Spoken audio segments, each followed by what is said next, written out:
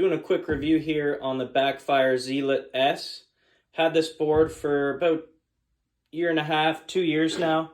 Let me tell you a little bit about it. Just quickly, I'm going to get right to the point. The range on this board, if you're riding it hard in turbo mode, you're only going to get about 10 to 15 kilometers. If you're riding softly, you're in eco mode, you can get all the way up to 40 kilometers.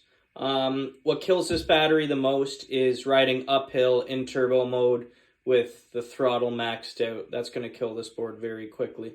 I do live in a hilly area. It's no problem going up the steepest hills.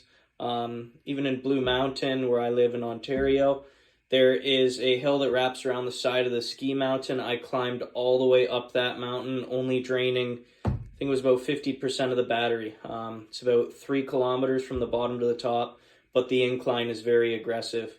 I've never had any issues with this board. So far, I got 2,467 kilometers. Not sure what that would be in miles, but remote's great. I've never really taken any bad falls. I have had to jump off this one time, and the front of it went into a curb. I hit a gravel spot and kind of lost control. Front of it hit a curb, and it kind of scuffed up this purple, but whatever they made this material out of, it's super strong. So, bottom of the board, you might think what the tape is for. I put the tape here just to cover the charging port and the USB port on the bottom of here, just to keep out any sand, any salt, whatever it may be. I just find that some extra protection. The motors, honestly, riding hard in turbo mode, I weigh about 190 pounds, 195 pounds.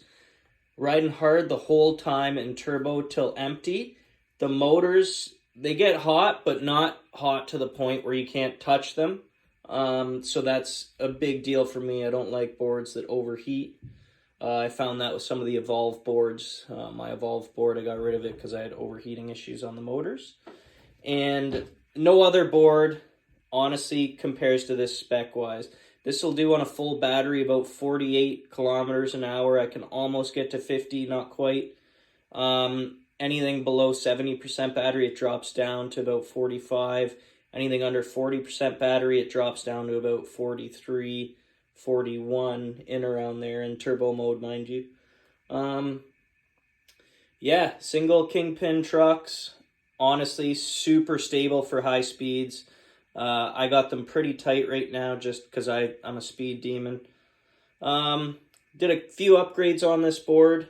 Not much, but I upgraded the bearings to ceramic bearings, which are beautiful. Just help the range maybe a couple more kilometers.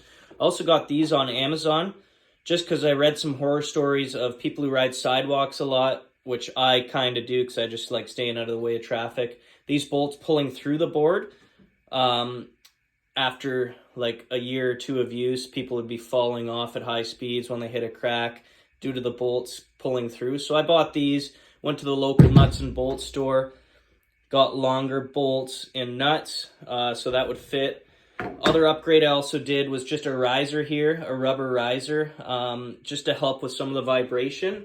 And honestly, I love this board so much. Like, still riding the original belts after 2,400 kilometers, that is amazing to me. About every 150, 200 kilometers, I'll strip down the board, take out the bearings, maybe clean up the bearings. I upgraded the grip tape as well, mind you. I put on the extreme grip tape just off Amazon. Way better than the stock grip tape. I've had this on for about a year and a half now, and it still feels new. What else? That's about it, guys.